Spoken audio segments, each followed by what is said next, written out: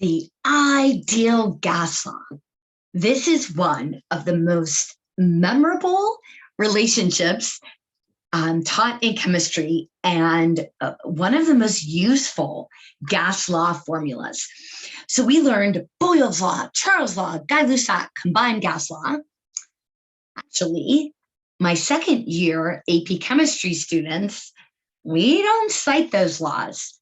All of those can be derived out of the superstar ideal gas law, which is empirically based, which means is all derived from experimental data. The ideal gas law is this: PV equals NRT. If we notice there aren't ones and twos, this is here is the gas.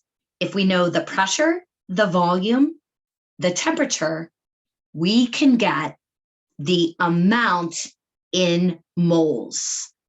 In chemistry, we use a lowercase n to represent moles. So the T, of course, is temperature. And of course, with all gases in math, we need it to be in Kelvin. Now, R. R is known as the gas law constant. And if you take a look in your book, there are different values for R, which is strange because it's a constant, but that is because what R does for us is conveys a numerical relationship amongst the variables that will cancel volume, pressure, and temperature and moles if we need it. Because otherwise, how are the units canceling to yield a single unit for whatever we're looking for? Now, we know there are different pressure units. So if our pressure would be in pascals, there's another value for R. In torr, there's another value for R. But honor students, this is the value we're going to use. I will provide this. You don't have to memorize this value, but what you have to know is because this is the value that we are going to utilize, our volume must be in liters. And of course, our temperature is Kelvin. Our pressure must be in atmospheres. And you know, I'll give you those relationships.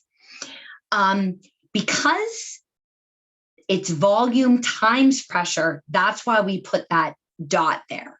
So don't let that overwhelm you. It's simply liter times atmosphere divided by Kelvin times moles. All right, so we can use this equation to solve for the pressure of a gas, the volume, the temperature, the amount in moles, or if we're asked for the mass of it, we can find moles and then convert to grams. You'll never be asked to find R. We will just employ that in our equation. On page 10 of your packet, I have these first sets of practice problems with the combined gas law where you're asked for mass. You're asked for mass. You're asked for pressure. So you just have to make sure that, again, you're accommodating the different units that are required of you. So why don't we just take a look at example 3. All right, so we have the mass of carbon dioxide and a volume of 250 milliliters at 400 Kelvin and ask for pressure. Well, you know, I like to rearrange my equation, so dividing both sides by V. So I need moles. I'm not directly given that, but I know I can get moles by simply using the molar mass. All right, so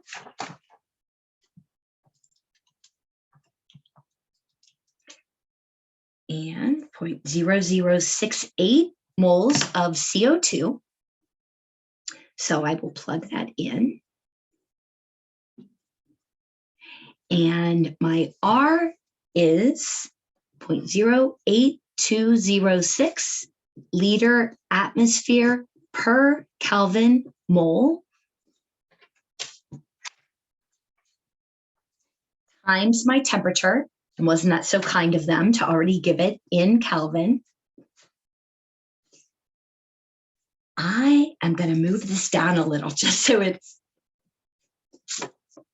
out of our way. So it's just nice and clear, the work that I'm going to go to next. All right. And then I'm dividing that by the volume. Oh, that needs to be in liters. There are 1,000 milliliters in every 1 liter. And so now that 250, that's only 2 sig figs. So 0.25 liters. All right. And check it out. My moles cancels. My Kelvin cancels.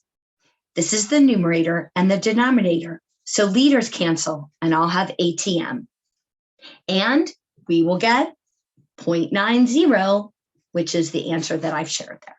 All right, so that's a pretty straightforward example.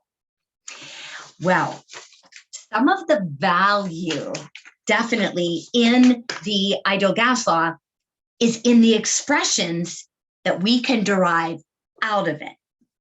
We can actually take the ideal gas law and substitute and rearrange this a little bit and get an equation for molar mass and get an equation for density. So remember that molar mass has the units of gram per mole. Well, these are units. I can represent as a variable mass as a lowercase m, and now we know that moles are N. So the molar mass of my gas is the mass divided by moles. Well, can I rearrange this to solve for N? So I want N in the numerator by itself. If I multiply both sides by N, or the inverse, then I have moles times molar mass equals mass. And then if I divide both sides by molar mass, I do get N by itself. All right. So N will be mass over molar mass. Well, what if I substitute this expression for moles into the ideal gas law? So I will have PV equals mass divided by molar mass times RT. If we would feel more comfortable, PV equals mass times RT over molar mass. All right, here we have molar mass. So if I rearrange things, I'm going to get this out of the denominator first. So if I multiply both sides by molar mass, I will have molar mass times PV equals MRT. Then divide this side by pressure volume, divide this side by pressure volume. Molar mass will be MRT over PV. So we now can find molar mass, which we were doing in our molar volume problems using the ideal gas law. We will just plug and chug and obey the equation. But what else we can do from this form? So if I go back to where I've substituted in M over MM, mass divided by molar mass for moles, I have PV equals MRT over molar mass. Well, what is density but mass divided by volume? So let's move our variables around. If we multiply both sides by molar mass, then I have molar mass times pressure times volume equals mass RT. Again, I want to get mass divided by volume. So let's move RT by dividing both sides by it. Then I have molar mass, PV over RT equals mass, and then divide both sides by V. So if I want to, or multiply by the inverse, whichever makes more sense. So I have molar mass times pressure over RT equals mass divided by volume, which is density. So we have an expression where we can just plug in our givens to get this. Ladies and gentlemen, I would not memorize these if you practice this a couple times. So truly, truly, truly, if we say, all right, PV equals nRT, and we have been practicing and practicing that molar mass is gram per mole, mass divided by moles. Solve N, get N by itself. Plug this in. So PV equals mass over molar mass times RT, which we could put in the numerator. And then practice solving for molar mass. Practice solving for mass divided by volume. You've got it. So there's a lot that the ideal gas law does for us. Here are my work and answers where you're asked for molar mass, and we can derive it from the ideal gas law and then plug in. I'll get a little closer.